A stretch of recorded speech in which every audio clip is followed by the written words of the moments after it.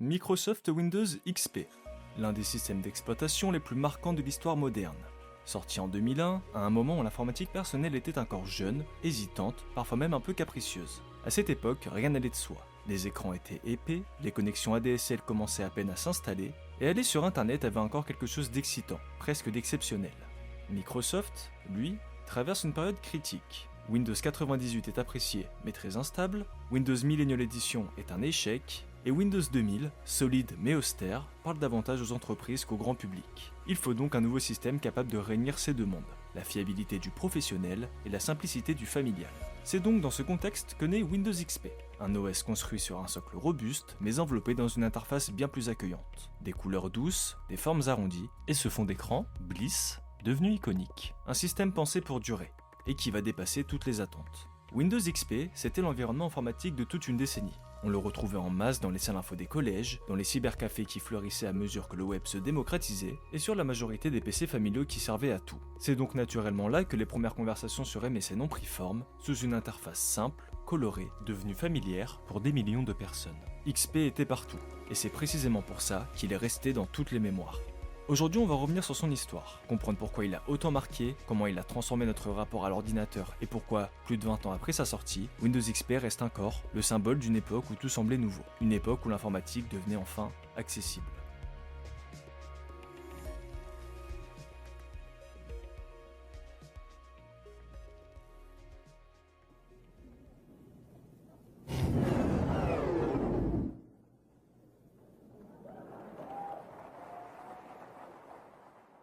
À la fin des années 90, Microsoft domine l'informatique personnelle, mais son règne est loin d'être aussi solide qu'il n'y paraît. Windows 95 et Windows 98 ont marqué une génération, c'est vrai, mais derrière leur succès, un problème persiste. Il repose sur une architecture fragile, héritée d'une autre époque. Chaque nouveau logiciel, chaque périphérique un peu douteux, chaque pilote mal écrit pouvait nous envoyer directement vers le BSOD, le fameux écran bleu que tout le monde a connu au moins une fois. En 1999, un rapport du PC Magazine estime que près d'un quart des utilisateurs rencontrent un écran bleu au moins une fois par semaine. Pour un système familial, c'est énorme, et pour Microsoft, c'est un signal d'alarme. Ils sortent donc Windows ME, la fameuse Millennium Edition, un système censé symboliser l'entrée dans le nouveau millénaire. Il deviendra surtout l'un des plus gros fiascos de l'histoire de la marque. Instable, lent, imprévisible, le magazine américain PC World le surnommera même The Mistake Edition. Les critiques s'accumulent et la confiance des utilisateurs commence à s'effondrer. Face à ça, il y a Windows 2000, un système professionnel, solide, fiable, extrêmement respecté dans le monde de l'entreprise. Mais comme dit durant l'introduction, beaucoup trop austère pour être adopté par le grand public. Pour la majorité des gens, Windows 2000 ressemble à un système réservé aux bureaucrates et aux employés de bureau. Microsoft se retrouve alors coincé entre deux mondes. D'un côté, un Windows professionnel stable mais froid, de l'autre côté, un Windows grand public populaire mais trop instable. Un équilibre dangereux, surtout dans un marché qui, lui, évolue à une vitesse impressionnante. Parce que autour, tout est en train de bouger. Et surtout, un facteur crucial va venir changer la donne. Le matériel, lui aussi, est en train d'exploser. Entre fin 90 et début 2000, le monde du hardware avance plus vite que les systèmes d'exploitation eux-mêmes. Les fabricants sortent des innovations presque chaque trimestre. Intel pousse le Pentium 3, puis lance son fameux Pentium 4. Un processeur puissant sur le papier, mais critiqué pour sa chaleur astronomique et son architecture inefficace. En face, AMD connaît une ascension spectaculaire grâce au Athlon et au Athlon XP, souvent plus rapides et moins chers que leur équivalent Intel. La mémoire vit une transition majeure également. On passe de la SDRAM à la DDR, bien plus rapide. Les cartes graphiques évoluent également à une vitesse folle, les GeForce 2, puis les GeForce 3 révolutionnent le marché, tandis qu'ATI sur les Radeon 7200, 7500, puis la mythique Radeon 8500. Les disques durs, eux, passent de 4 Go à 20, puis 40 en seulement quelques années. Vous l'auriez donc compris, les années 90 et 2000 marquent une rupture historique. C'est à ce moment-là que l'informatique, Internet, les télécommunications et le matériel ont progressé à une vitesse jamais observée auparavant. Le problème, c'est que Windows 98 et ME n'arrivent plus du tout à suivre. Leur architecture héritée de MS-DOS limitait profondément la stabilité, le multitâche et la gestion mémoire. Et donc à mesure que les processeurs, cartes graphiques, cartes mères et interfaces se modernisaient, Windows montrait de plus en plus ses limites. Le matériel évolue, l'informatique progresse, mais Windows 9X devient un frein, un goulet d'étranglement. Les ingénieurs de Microsoft le savent, ce Windows-là, il ne tiendra plus très longtemps. Et surtout, Internet explose. En l'an 2000, 43% des foyers américains ont déjà Internet. En Europe, les connexions haut débit commencent à remplacer le 56K. Pour la première fois, les gens ont besoin d'un ordinateur qui fonctionne tout le temps. La pression monte aussi chez Microsoft. Dans une interview donnée en 2002, Gene Olshin, alors président de la division Windows à ce moment-là, est très clair. Il nous fallait quelque chose de radicalement plus stable. où nous allions perdre les utilisateurs. Et au cœur de Microsoft, une véritable bataille interne éclate. 2 clans, 2 visions, 2 philosophies. L'équipe Windows 9X, attachée au succès de Windows 95 et 98, et l'équipe Windows NT, persuadée que leur architecture professionnelle est l'avenir. Mais une évidence finit par s'imposer. Il faut unifier les deux mondes. Un nouveau projet est donc lancé, un nom de code, Weissler. Weissler n'est pas juste une mise à jour, c'est une refonte totale de la philosophie Windows. Les ingénieurs veulent mettre fin à la double lignée 9X NT, créer une base commune, moderne, solide, regagner la confiance des utilisateurs, supporter toute cette nouvelle génération de matériel et anticiper un Internet qui accélère chaque jour un peu plus. Et ce système, fruit de cette transition globale, ce système qui doit réunir le professionnel et le familial, absorber l'explosion du matériel et affronter une concurrence plus forte que jamais, ce sera Windows XP. Quand Windows XP arrive en 2001, quelque chose bascule. À l'époque, personne ne le dit encore ouvertement, mais ceux qui travaillent dans le milieu le sentent immédiatement. Ce Windows-là n'est pas simplement un nouveau Windows, c'est une rupture, un point de bascule dans l'histoire de l'informatique personnelle. Pour la première fois, un système grand public repose sur le moteur NT, le même moteur que celui utilisé dans les entreprises, dans les institutions et dans les serveurs les plus sérieux. Un noyau robuste pensé dès le départ pour la stabilité, la sécurité et pour la gestion du multitâche. Et cette décision, qui semble être purement technique, est en réalité une révolution silencieuse. Avec XP, les utilisateurs découvrent quelque chose qu'ils n'avaient jamais connu avec Windows 95 ou Windows 98. Un système qui ne s'écroule pas dès qu'on installe un pilote un peu capricieux. Moins d'écran bleu, moins de freeze, moins de redémarrage forcé. En interne, un ingénieur de Windows racontera d'ailleurs: on recevait des mails enthousiastes juste parce que le PC restait allumé 48 heures sans planter. Pour nous, c'était normal, mais pour eux, c'était un miracle. Et ce n'est pas exagéré. Selon plusieurs tests menés à l'époque par des magazines spécialisés, XP pouvait tenir des semaines sans redémarrage. Un exploit pour un OS public en 2001. Mais XP ne change pas seulement la technique, il change également nos usages. Entre 2001 et 2005, nos vies numériques explosent littéralement. Les appareils photo numériques deviennent abordables, les graveurs CD se généralisent, le MP3 conquiert le monde, et XP accompagne tout ça. Il s'adapte. Il simplifie, il facilite. Importer des photos devient un geste banal, graver un CD devient normal, installer une imprimante n'est plus un cauchemar, gérer ses fichiers devient presque intuitif. La première fois que tu branches ton appareil photo via USB, c'est XP qui le reconnaît. C'est XP qui organise, c'est XP qui affiche la petite fenêtre « Importez vos images ». Pour une génération entière, XP marque donc les toutes premières fois. Et il arrive au meilleur moment, parce que le monde change très vite. Entre 2000 et 2004, le nombre d'internautes dans le monde double. Les cybercafés se multiplient, les foyers s'équipent, la DSL devient la norme, et MSN Messenger explose. Le web passe d'une curiosité à un outil quotidien. Microsoft s'en rend compte très vite. Grâce à XP, l'informatique domestique n'est plus un simple gadget. Elle devient un espace social, un espace de loisirs, un espace de travail. Dans une interview donnée en 2003, un responsable produit Microsoft Europe dira: XP n'a pas démocratisé l'informatique, il a démocratisé ce que les gens pouvaient faire avec l'informatique. Et c'est vrai, XP n'a pas juste accompagné l'arrivée d'Internet, il l'a rendue accessible, stable, compréhensible. Elle n'est plus intimidante. Et ce changement touchera tout le monde. À partir de 2002, XP devient le Windows installé dans les écoles, les mairies, les administrations, les entreprises, les cybercafés, les gares, les hôpitaux, les hôtels et les PC familiaux. En 2004, on estime que plus de 400 millions de machines tournent sous XP. Un chiffre colossal pour l'époque. Il se passe d'ailleurs un phénomène très particulier. Où que tu ailles, tu retrouves la même interface, le même menu démarrer, les mêmes icônes, les mêmes fonds d'écran. XP devient un langage commun, un repère partagé. Un standard culturel, plus seulement technique. Et surtout, il arrive au bon moment. Si XP était sorti 2 ans plus tôt, le matériel n'aurait pas suivi. 2 ans plus tard, il aurait raté la vague de la DSL, de la photo numérique, des clés USB et de la musique dématérialisée. Mais Windows XP sort exactement au moment où tout change. Le matériel décolle, Internet explose, les usages se multiplient, les foyers s'équipent et les bureaux se modernisent. XP devient donc le système qui relie tout ça, celui qui accompagne la transition entre ces deux mondes, le monde analogique et le monde numérique. XP a vraiment tout changé, parce qu'il est arrivé au bon moment, avec la bonne technologie, les bonnes idées, le bon dosage entre simplicité et puissance. XP n'a pas seulement fonctionné, il a accompagné une génération entière.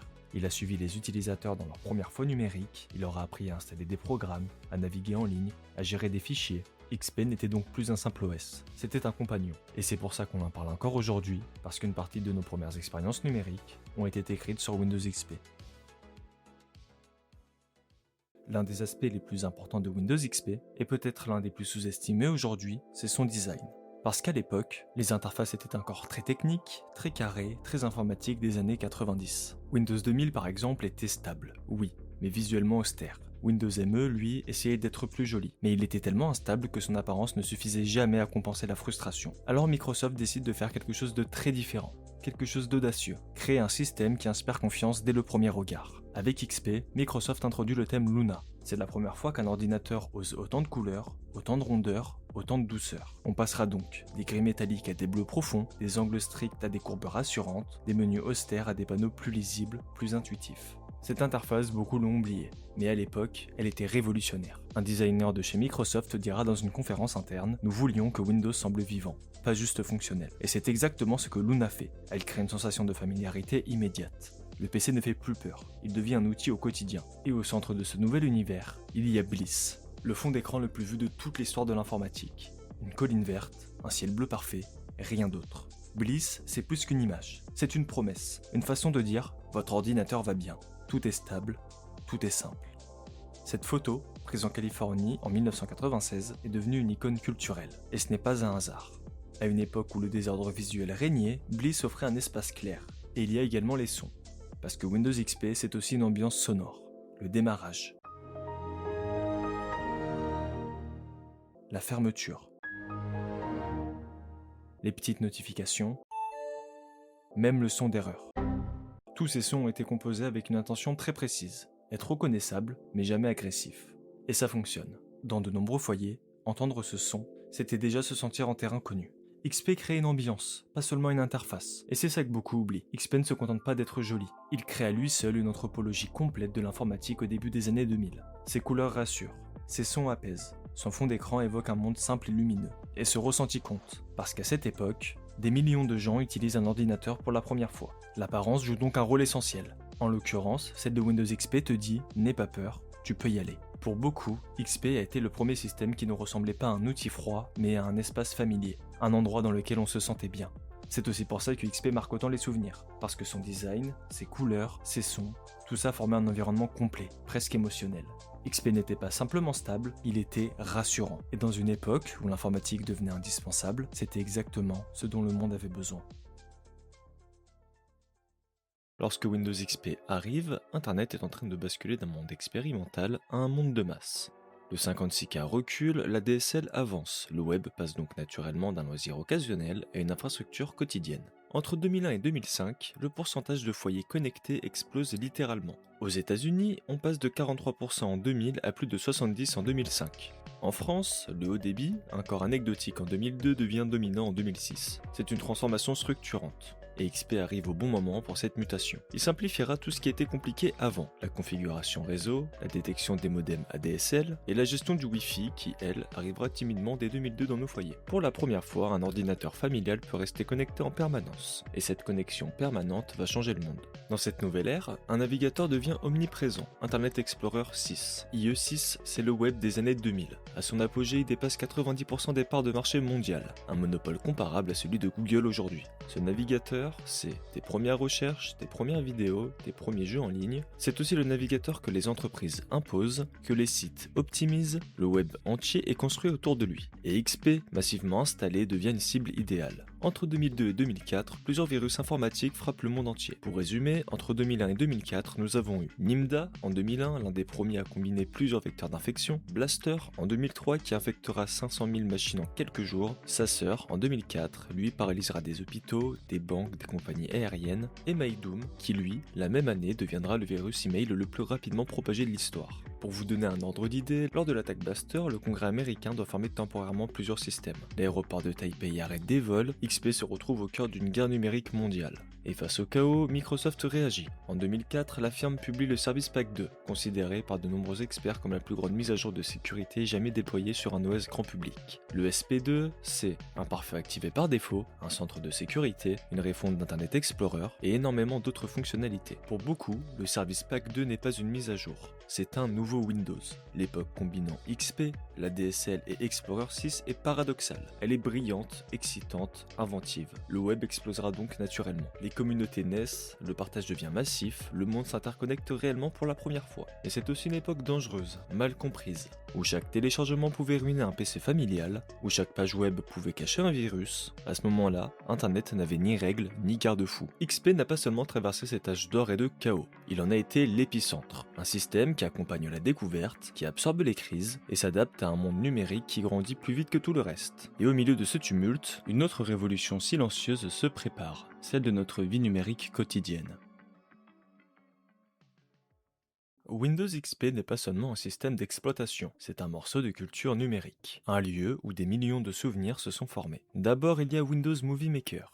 Un logiciel minimaliste, limité, souvent moqué, mais qui a joué un rôle immense dans l'histoire de la création vidéo. Selon Microsoft, entre 2002 et 2008, plus de 30 millions de projets Movie Maker sont exportés. C'est colossal. Pour beaucoup, Movie Maker, c'est les premiers montages, la première timeline, la première vidéo faite juste pour voir. Des vocations de vidéastes sont nées ici, sur un logiciel gratuit préinstallé dans leur PC. Puis il y a MSN Messenger, le cœur social d'une génération entière. En 2005, MSN dépasse 230 millions d'utilisateurs actifs. C'est plus que la population du Brésil. C'est donc tout naturellement ici que se déroulent les premières discussions nocturnes, les premiers crushs numériques, les paroles de musique en statut, les whiz pour attirer l'attention, les photos de profil en 240p. Et même les jeux intégrés sur le PC prennent une autre dimension. Le solitaire, le démineur, des jeux simples mais universels.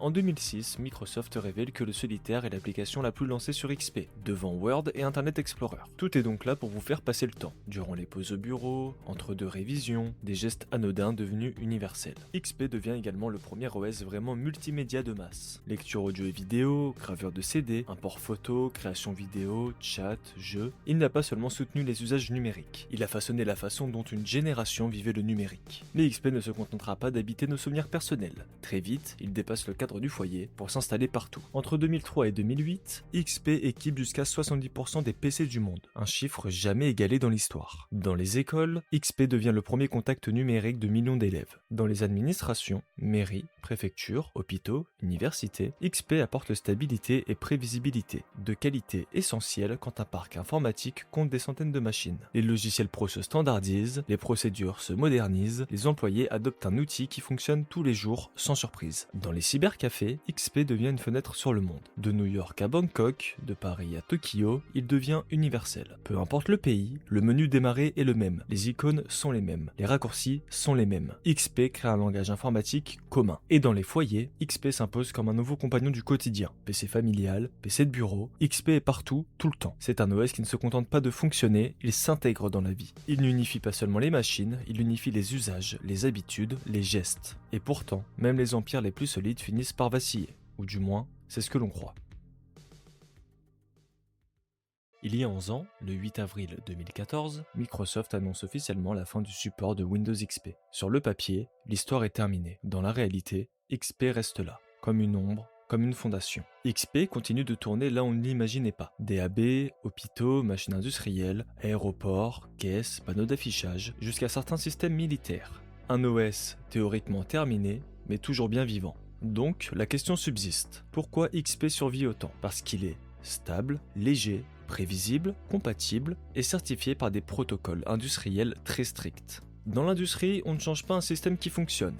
La moindre mise à jour peut coûter des millions. Pour exemple, en 2017, lors de l'attaque mondiale WannaCry, Microsoft publie un correctif exceptionnel, 3 ans après l'abandon d'XP. Pourquoi? Parce que trop de machines critiques reposaient encore sur lui. XP ne survit pas parce que les gens refusent d'évoluer. Il survit parce que le monde du travail ne suit pas le même rythme que le monde grand public. Donc, si XP refuse de disparaître, ce n'est pas seulement par nécessité, mais parce qu'il a laissé une trace bien plus profonde que ce que l'on imagine. Windows XP laisse derrière lui un héritage immense, invisible mais omniprésent, dans l'organisation du bureau par exemple, les dossiers personnels, la logique de documents, la structure claire. Dans l'ergonomie également, le menu démarrer structuré, la barre de tâches, les panneaux simplifiés. Et puis dans la philosophie, simplicité, cohérence, accessibilité. XP marque la fin d'un monde et le début d'un autre. Il aura accompagné avec lui l'arrivée du haut débit, la démocratisation des appareils photo numériques, la musique dématérialisée, les débuts des réseaux sociaux, les jeux flash, les premiers montages vidéo, l'informatique, partout. Ce ne sera jamais un OS parmi tant d'autres. C'est un repère culturel, un point de pivot. Même aujourd'hui, quand on ouvre un PC moderne, on retrouve des traces de XP, dans l'interface, dans les principes ergonomiques, dans l'organisation du travail, dans la manière dont l'utilisateur interagit avec son système. XP n'a pas seulement marqué une époque, il a défini ce que signifie utiliser un ordinateur. Il a donné une structure à la vie numérique moderne, une base, un langage commun. Et c'est pour ça qu'il reste, encore aujourd'hui, l'un des systèmes les plus aimés de l'histoire. This was the ushering in of the graphics interface, moving from character mode, which all the DOS work before this had been, to this graphics mode. And Windows 95 on the PC and then the Mac OS on the Mac were bringing graphics interface into the mainstream. It had been sort of invented at Xerox PARC with some very expensive low volume type machines. But Windows 95, we brought Office across, and this product was phenomenally successful.